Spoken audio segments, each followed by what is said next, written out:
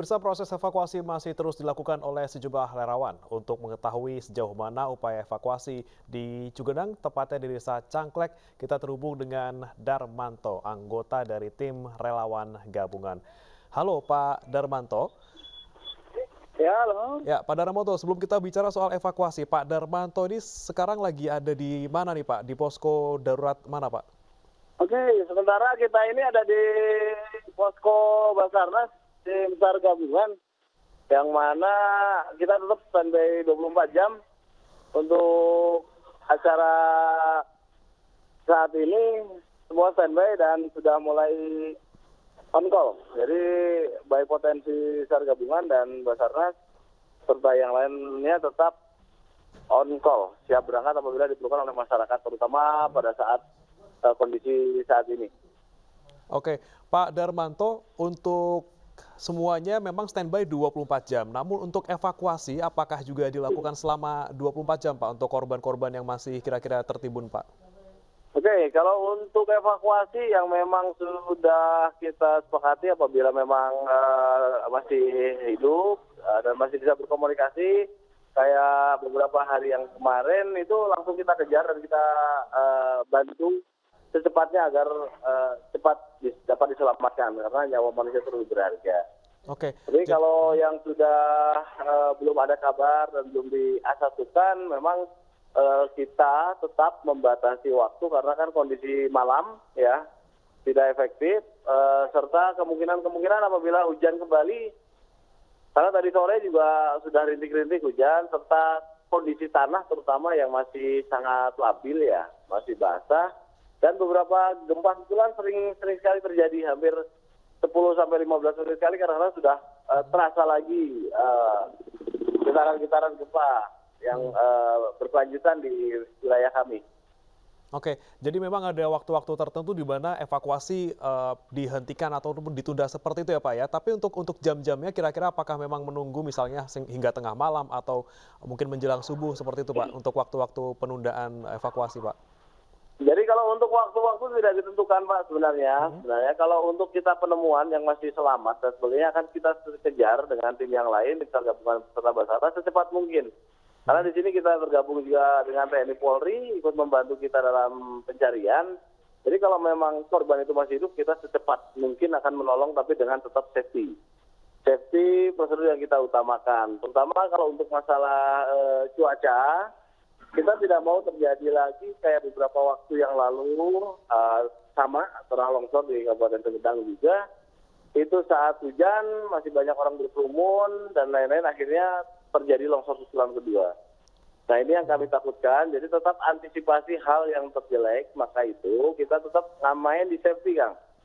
Main di safety untuk pasukan kita, terutama tim rescue ataupun masyarakat sendiri, kita kasih jeda dan kita kasih jarak agar tetap waspada, selalu kita ingatkan dan menjauhi tempat-tempat yang memang sangat berbahaya karena beberapa longsoran sering terjadi, bahkan malam tadi juga di sekitar Jalan Cangkal masih terjadi ya longsor susulan, walaupun tidak besar tapi itu terjadi. Jadi kita masih tetap waspada karena di tim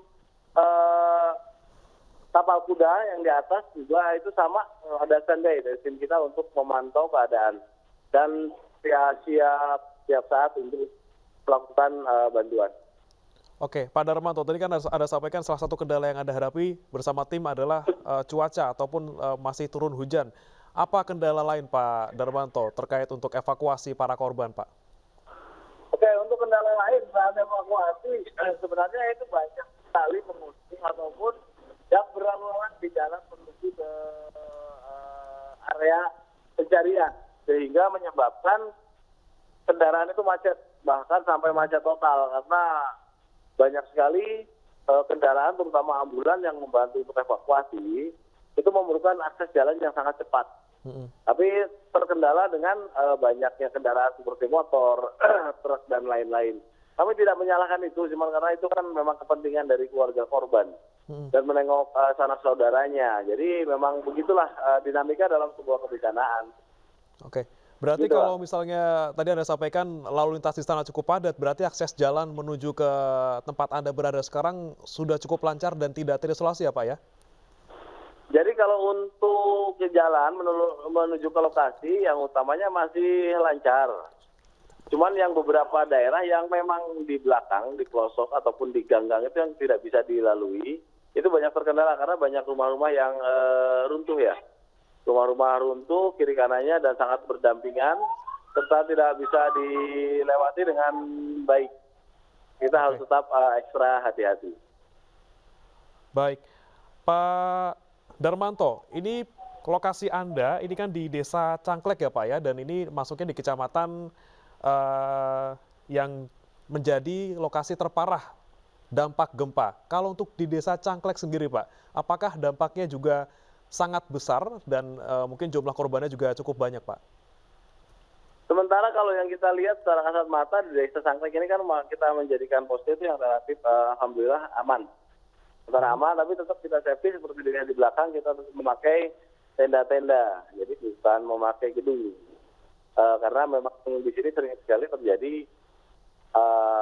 getaran ataupun longsor susulan yang ada di sekitar kami.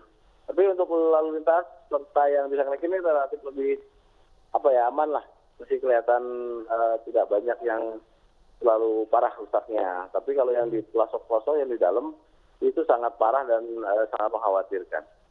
Baik, longsor susulan masih bisa terjadi dan juga sempat Anda alami di sana, namun untuk gempa susulan bagaimana Pak? Ini kan dari BMKG bilang memang selalu akan terjadi gempa susulan paling tidak selama 4 hari ke depan.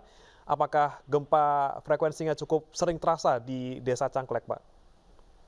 Kalau di tempat kami memang sangat sering terjadi gempa susulan. Karena yang saya bilang dari awal bahwa kadang-kadang 10 menit sekali, 15 menit sekali itu selalu terjadi susulan. Sementara kalau hujan, alhamdulillah kita beberapa hari di sini hanya gerimis-gerimis kecil saja. Tapi untuk di lokasi bencana, ya terutama yang tanah longsor itu kita sangat antisipasi dan sangat harus ekstra hati-hati. Karena kita dipasang juga di atas itu safety officer yang selalu membantu penanganan dan mengawasi kegiatan tim yang sedang bekerja. Oke, Pak Darmanto, untuk di tempat Anda di Desa Cangklek, Pak, ini apakah masih ada warga yang masih menempati lokasi tempat tinggalnya, mungkin dengan kondisi yang mungkin tidak terlalu rusak parah, karena kalau rusak parah sudah tentu tidak akan ditinggali lagi. Apakah masih ada warga yang tinggal di sana dan apa himbauan bagi warga yang ada di sana, Pak? Oke, yang untuk Desa Cangklek sendiri yang kita jadikan posko ini relatif aman karena listrik juga sudah mulai menyala. Tidak kayak waktu pertama kejadian, semua mati total dan sinyal itu tidak ada. Tidak ada sinyal yang bisa dipakai untuk sarana komunikasi. Tapi kalau untuk daerah yang memang terjadinya gempa yang pertama kali, itu sangat vital dan belum ada penerangan. Karena kan memang rumahnya masih pada hancur, hanya beberapa saja yang sudah nyala. Itu pun banyak pengungsi yang memang membutuhkan saat ini kayak model tenda, kasur, ataupun peralatan-peralatan yang memang mereka perlukan, seperti makanan bayi, popok, dan lain-lain. Dan itu mereka sadari, di mana para donatur juga sekarang sudah mulai pada hadir ke wilayah mereka. Dan itu menjadi dinamika juga untuk kita. Karena pada saat evakuasi, kadang-kadang kita sering jalannya sangat sempit sekali gitu untuk bisa melewati bantuan-bantuan yang memang diperlukan oleh masyarakat. Jadi kita memaklumi, tapi ya bisa diatur dan dibantu oleh para potensi SAR dan relawan serta para polisi yang membantu jalannya evakuasi serta para TNI juga sering membantu untuk membuka jalan untuk para evakuasi. Baik, Pak Darmanto, untuk jumlah korban sejak pertama kali gempa terjadi sampai sekarang di wilayah Anda sendiri, Pak, untuk sementara hingga pukul berapa, ini sudah ada berapa yang dievakuasi, baik dalam keadaan selamat, luka-luka maupun meninggal dunia, Pak? Jadi kalau untuk yang selamat dan meninggal dunia itu data resmi nanti dari Basarnas ya, karena kan beberapa data kadang-kadang tidak sinkron dan sebagainya. Mungkin nanti kalau data resmi, karena kan kami hanya potensi SAR yang mencari dan SAR gabungan, yang berhak mengeluarkan rilis resmi adalah nanti dari Badan SAR Nasional sendiri, yang berada di kawasan Bandung, Jawa Barat. Karena jangan sampai kita salah menyebutkan, nanti bahaya. Nanti dikiranya ada hoax dan lain-lain. Nanti bisa ditanyakan langsung kepada pihak terkait kan untuk korban saat ini. Oke Pak Darmanto, sekali lagi Pak, satu pertanyaan lagi Pak, untuk di posko SAR di sana, apakah memang ada korban yang juga luka-luka dirawat atau kalau misalnya ada, itu luka-lukanya ada apa saja Pak yang sekiranya biasanya dialami oleh para korban Pak? Oke, kalau untuk di posko kita sendiri tidak ada korban yang dirawat atau tinggal di tempat kita. Yang di sini adalah tim SAR gabungan dan Basarnas yang memang setiap saat dipergunakan untuk persiapan apabila dibutuhkan. Dan lagi kita dapur umum di sini juga dibantu oleh rekan-rekan potensi SAR yang lain, tim SAR gabungan juga 24 jam. Dan kita juga ada beberapa teman kami yang memang dari potensi SAR yang siaga medis. Apabila diperlukan, para dokter dan perawat itu siap meluncur ke tempat yang telah ditentukan Baik. setelah melalui koordinasi terutama dengan pimpinan tertinggi untuk pencarian dan pertolongan dari Basarnas. Gitu, Pak. Baik, Pak Darmanto, terima kasih banyak atas informasinya dan untuk tim relawan di sana juga tetap semangat dan semoga bencana ini bisa cepat berlalu dan juga korban segera bisa dievakuasi. Terima kasih Pak Darmanto atas Amin. waktu Anda. Terima kasih, Kang. Doakan.